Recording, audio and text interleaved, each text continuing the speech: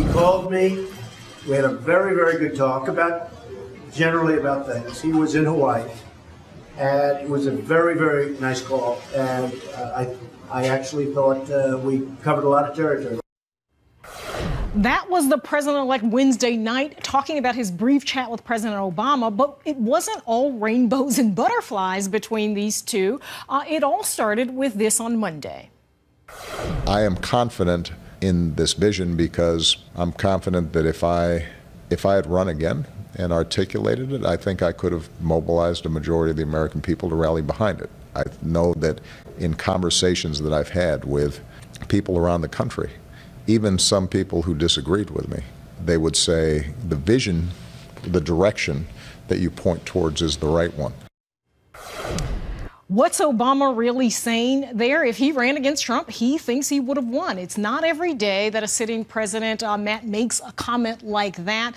This was essentially trash talking, right? Some people say it wasn't necessary. It was sort of professorial shade, but shade nonetheless. Yeah. I think a lot of what Obama, when he throws shade, it's professorial. But I think it is largely academic. But for Obama, it's about his legacy. He does not want this election to be seen as a repudiation of him and his last 8 years. He sort of subtly wants it to be seen as a repudiation of Hillary Clinton and the campaign where she ran. That wasn't so. Yeah, that wasn't so. Yeah. Basically, it was like her fault. Yeah. So, I think that is where we're seeing a lot of the trash talking. And it's striking, really, the way that Trump seems to be undermining Obama a lot, or trying to, from the sidelines. And you wonder whether in a couple months whether it's going to be role reversals, where Obama's going to be on the sidelines trying to undermine Donald Trump once he takes the And Trump did not take too kindly to this.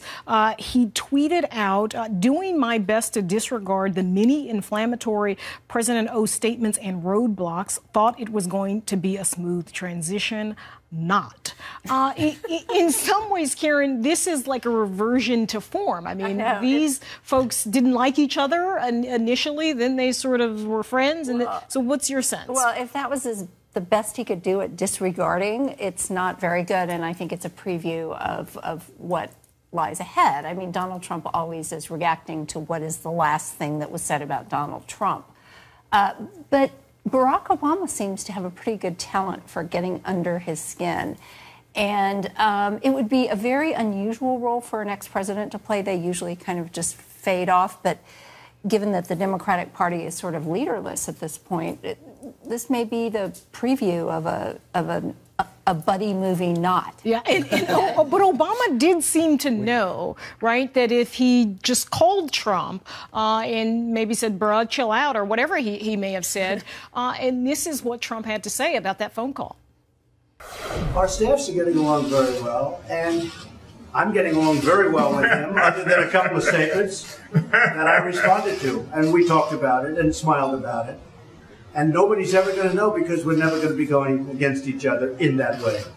So, but it was a great conversation.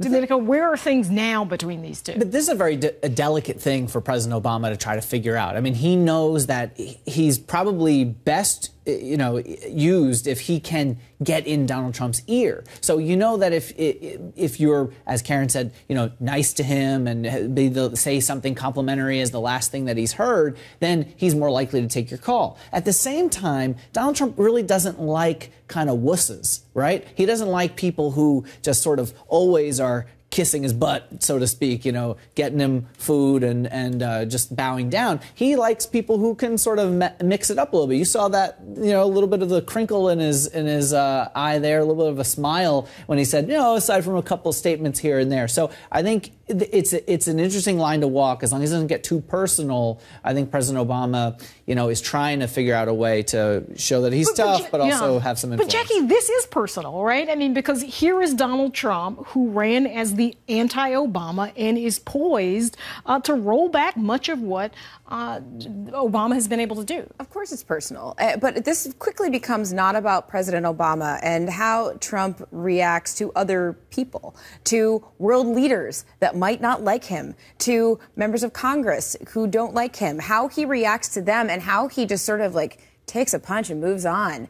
This could be a major distraction. during his administration if he doesn't kind of get a handle on this need to punch back for every single thing, because this could cause an international incident. Right.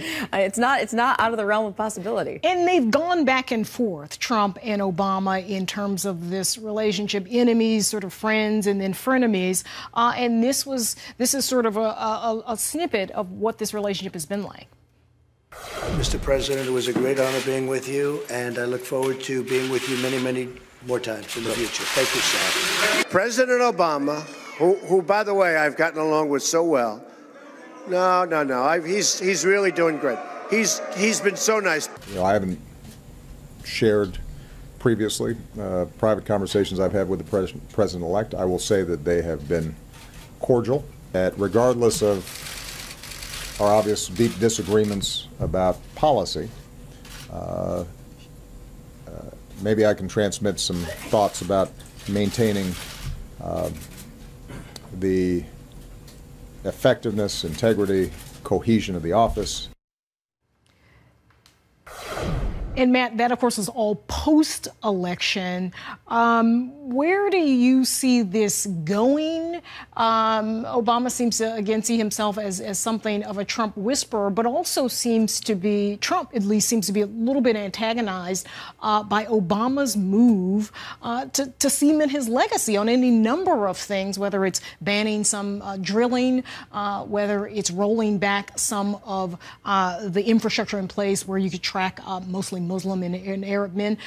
Where do we see this going? I mean, I think it is interesting where Trump, there's not like a strong ideological core to him. And so Which is what Obama said, right? That he's a pragmatist. And so you see from all sides people believing that they can influence Trump. And I think Obama is one of those people who believes put him in a room with somebody for 30 minutes and he'll convince them to their side. So I think you see that aspect of President Obama believing that he can influence President-elect Trump on the merits of his health care plan, and try and win him over, which, I don't know. Trump is so unpredictable that you don't know that. But I think that that's what leads President Obama to both trying to have a relatively seamless transition, but also try and convince him to keep intact as much of his policy prescriptions as he can. And Jackie, we'll see Obama go to the Hill, meet with Democrats about Obamacare on Thursday. I do wonder what kind of reception he's going to get, because he is someone who hasn't really made Congress a priority. He hasn't really fostered the party as a priority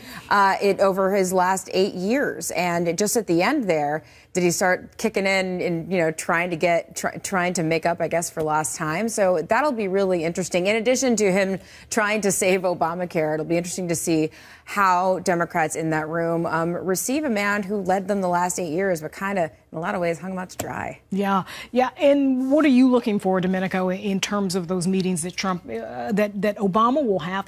And in terms of, are we going to see more moves for him trying to secure his legacy on any number of items? Democrats have a real choice to make on where they stand in the way and try to with Republicans or try to work with them. So, you might expect the president to try to pick out some areas that are really important to him, to tell Democrats that they need to try to protect in whatever way that they can, and choose their battles and maybe lay out a prescription for here are some of the things he wants to do, but also what he might do post-presidency, because he has talked about trying to recruit some talent to lead the new Democratic Party, whatever that might be. And maybe even look at gerrymandering and redistricting, working with Eric Holder on that. We'll have to see. Coming up, President-elect Trump's inauguration inspirations, possibly a bit of JFK. My fellow Americans, ask not what your country can do for you. Ask what you can do for your country. I, John Fitzgerald Kennedy, do solemnly swear that you will faithfully execute the office of President of the United States. that I will faithfully execute the office of President of the United States.